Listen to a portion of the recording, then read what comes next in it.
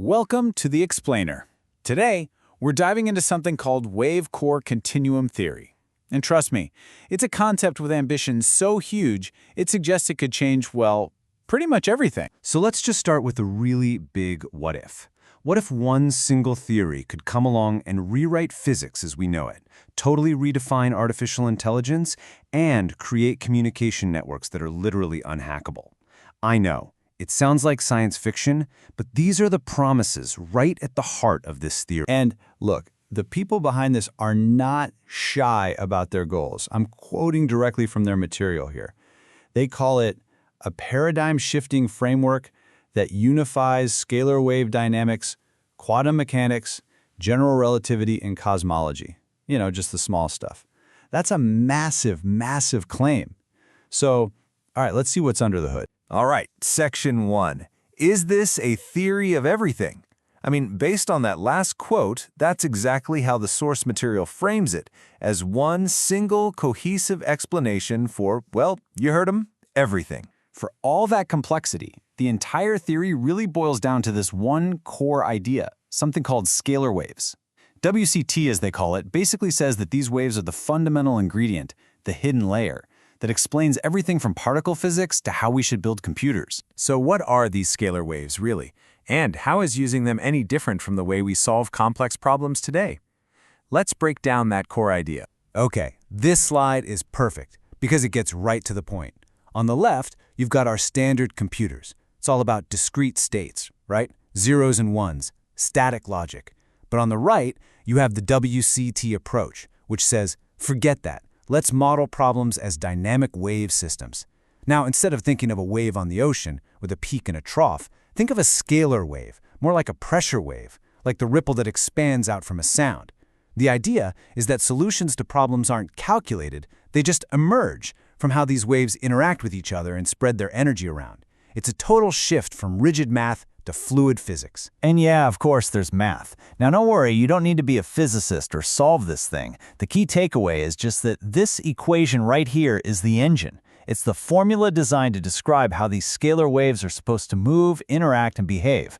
Everything else we're about to talk about, it all starts here. So, theory's one thing, right? But how does all this abstract talk about waves actually turn into real-world technology? To make this concrete, we're going to zoom in on one single, very high-stakes case study that's laid out in the source documents. And that case study is a doozy. It's a proposal to build a completely new kind of communication system for the battlefield, submitted to DARPA, that's the Advanced Research Agency for the U.S. military. And the requirements for this thing are intense. It's got to be quantum resistant, meaning a quantum computer can't crack it. It has to be a mesh network that can heal itself if parts get destroyed. It needs to work on low-power devices, hold up under enemy jamming, and if one device gets captured, it can't compromise the rest of the network. So basically, it has to be next to perfect. So how would it work? This is actually pretty brilliant. Each device, or node in the network, is constantly broadcasting its phase state. Think of it like a hum. It's also listening to the hum of its neighbors, and it adjusts its own until the entire group is vibrating in sync, what they call coherence. Once they're all synchronized, a brand new shared encryption key is created from that shared phase. And if a node gets knocked out, the rest of the network just automatically retunes and finds a new state of coherence.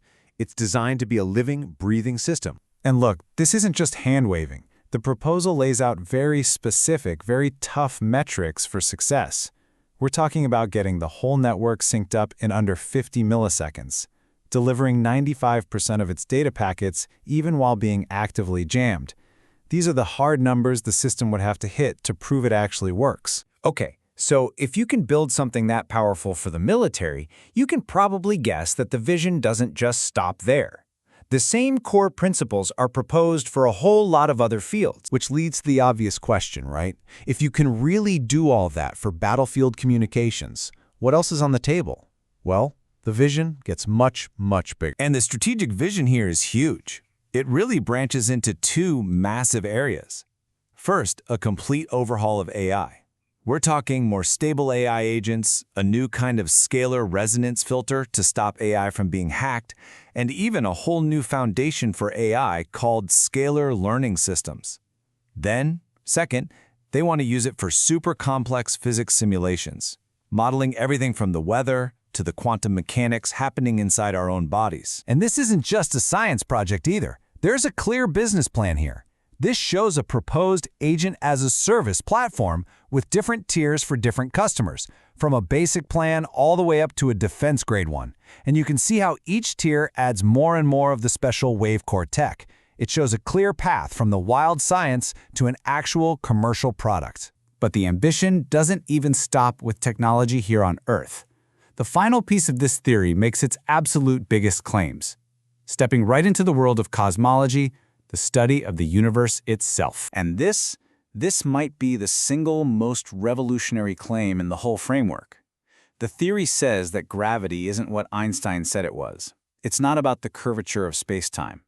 Instead, they propose that gravity is an emergent effect, that it arises from pressure differences in that same fundamental field where scalar waves exist, a field they call the quantum field. And here's where that wild idea about gravity gets really interesting. Right now, our standard model of physics has a problem.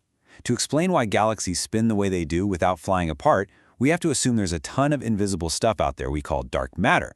But the WCT model says, nope, you don't need it. It proposes the galaxies are actually held together by massive pressure gradients in this quantum field.